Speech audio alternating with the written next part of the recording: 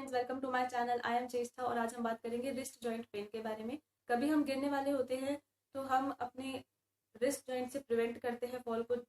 इस तरह से हमारा रिस्ट जॉइंट आता है आगे फ्लोर पर, जिस वजह से ज़्यादा स्ट्रेचिंग की वजह से, ज़्यादा खिंच जाने की वजह से यहाँ पेन हो सकता है। कुछ हम लिफ्ट कर रहे हैं, कुछ उठा रहे हैं, जिम वगैरह में कुछ उठा रहे हैं, उस वजह से भी रिस्ट जॉइंट में पेन हो जाता है। और जो लोग कंप्यूटर पर ज़्यादा देर तक काम करते रहते हैं उनका हाथ मोस्टली इसी पोजीशन में रहता है, इस वजह से उनके रिस्ट जॉइंट में पेन होता है। और यहाँ पे मीडियल नर्व होती है जो कंप्रेस हो जाती है।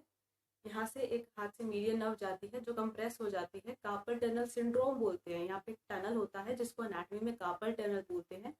उसमें वो नर्व कंप्रेस हो जाती है, उस वजह से हाथ में नर्वनेस रहती है और पेन रहता है। इन रीजंस की वजह से रिस्ट जॉइंट में पेन हो सकता है।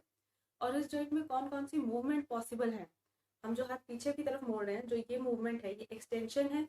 जो हाथ आगे की तरफ मोड़ा, ये फ्लेक्शन है। और जो हम थंब की साइड पे से रोटेट कर रहे हैं, थंब की साइड पे डेविएट कर रहे हैं, ये रेडियल डेविएशन है। और जो हम लिटिल फिंगर की साइड पे डेविएट कर रहे हैं, ये अल्ना डेविएशन है।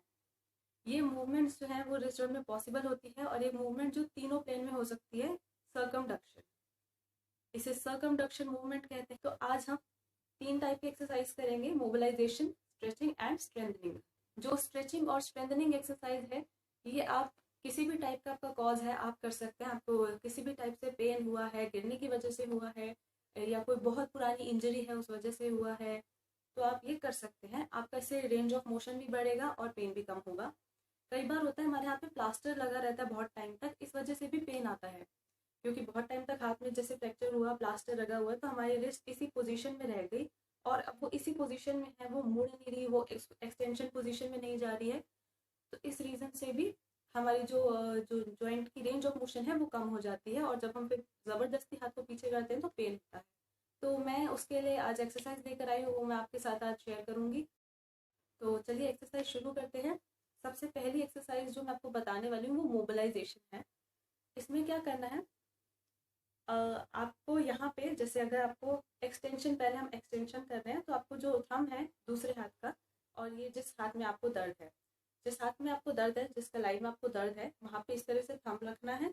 और ये जो आपकी इंडेक्स फिंगर है, इसे इस तरह से यहाँ पे रखना है और इसे पीछे की तरफ ऐसे मोड़ना है। ये मोबिलाइजेशन हो जाएगी। ये इस तरह की मूवमेंट आ रही है।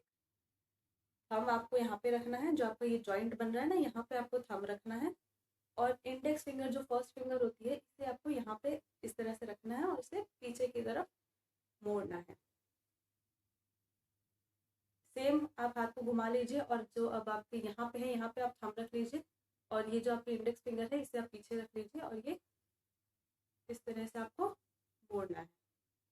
ये फ्लेक्शन हो जाएगी मोबिलाइजेशन में। और इसी के साथ आप डेविएशन कैसे करेंगे, रेडियल और अल्ना डेविएशन आप कैसे करेंगे। जिस भी साइड में आपको, जैसे लिटिल फिंगर की साइड में आपको मोड़ना है, आपको अल्ना डेविएशन करवानी है, तो आप साइड में यहाँ पे आप ऐसे थंब रख लेंगे। और जो यहाँ पे है, यहाँ पे आप अपना हैंड प्लेस करेंगे, मतलब फिंगर्स जो है वो यहाँ पे प्लेस करेंगे और इसे इस तरह से अपनी साइड पे मोड़ेंगे। और सेम इसी के लिए यहाँ पर आप थंब प्लेस कर लेंगे जब आपको रेडियल डेविएशन करवानी है। इस तरह से यहाँ पे आप थंब प्लेस कर लेंगे और बाकी जो आपकी फिंगर्स हैं वो इस वाली साइड पे आ जाएंगी, इस तरह से।